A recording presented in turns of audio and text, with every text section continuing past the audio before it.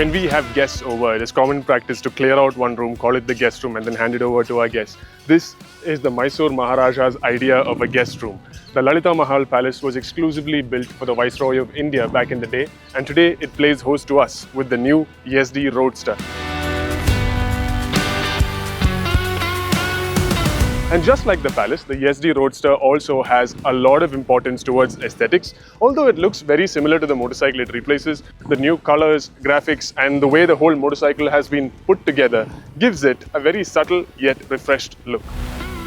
Having spent some time on the highways connecting Mysuru and Coorg, we can say a few things that are definitive about the performance and comfort of this motorcycle. We'll come to handling a little bit later because today we got largely straight roads and very shallow turns. But as far as performance is concerned, this is not an engine that is new to us. It is a 334cc liquid-cooled engine. I know what you're thinking. It does come into that bracket of GST that is working in favor of the Yezdi. They've already announced a price cut, but more on that a little later. The engine itself has performance. It is capable of producing up to 29.1 horsepower and 29.6 Newton meters, and combined they tell a story of acceleration and enthusiasm on the road. And when you're going through the gears, especially second, third and fourth, the acceleration is very brisk, overtaking is easy, and as a roadster, it is very comfortable to cruise on. To that effect, up to 80-85 kilometers per hour, this motorcycle has nothing to fault.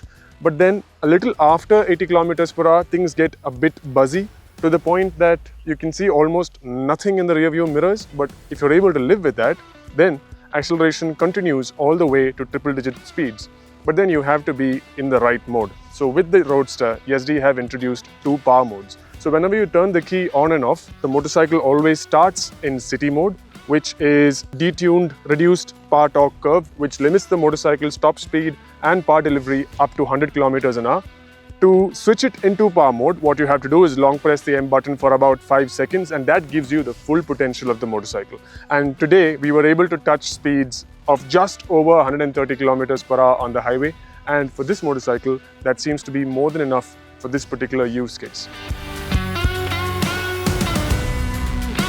What surprised me most about the Yezdi Roadster today was the amount of comfort on offer. Now, comfort is not something I usually look for in a motorcycle like this on roads as poor as ours, but it was genuinely surprising to be completely painless and vibration-free and all of that on this motorcycle today, because the reach to the handlebar is very easy. The foot peg position is fairly neutral, not too far ahead, not too far behind. And I'm 6'1", and I'm just about to make use of the tank recess over here. So if you're slightly taller than me, then you might not be able to. But as things are, the seat is very plush, the seating position is extremely comfortable, and most importantly, Yezdi have figured out a way to make the suspension so compliant that it absorbs almost everything that our roads can throw at it. So today on the highways between Mysuru and Coorg, the surface was largely changing. There were small potholes, patches and all of that, but on this motorcycle it was comfortable, and the toil on my back was significantly lesser than expected for a motorcycle of this type. With that engine and this suspension setup, Yezdi has managed to do something that most manufacturers struggle with. They have made a very practical cruiser type motorcycle. And I say that with full confidence because when you're going exploring to places like these, the roads are going to be largely sketchy. And that is one of the reasons why most people prefer ADVs to do that.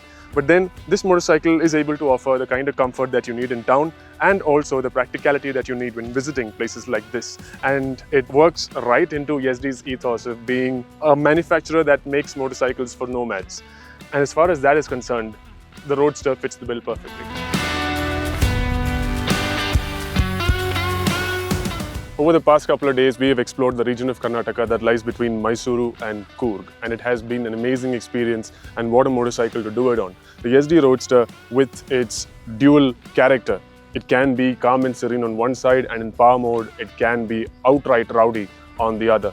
And the experience has been largely positive, and the only thing left to talk about is this motorcycle's handling. Now, while we haven't introduced it to hardcore twisties as such, whatever corners we got on the way, a mix of slow, fast, bumpy and all of that, this motorcycle handled without too much fuss.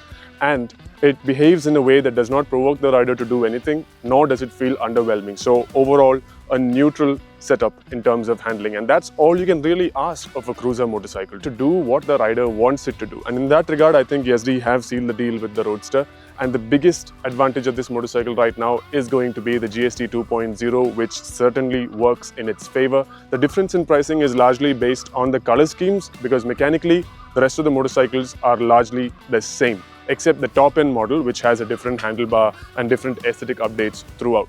What we like best about the Yezdi Roadster is certainly the comfort, followed by performance, followed by ride quality.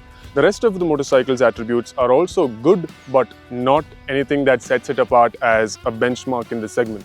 But that said, it is certainly a big improvement from the previous Roadster.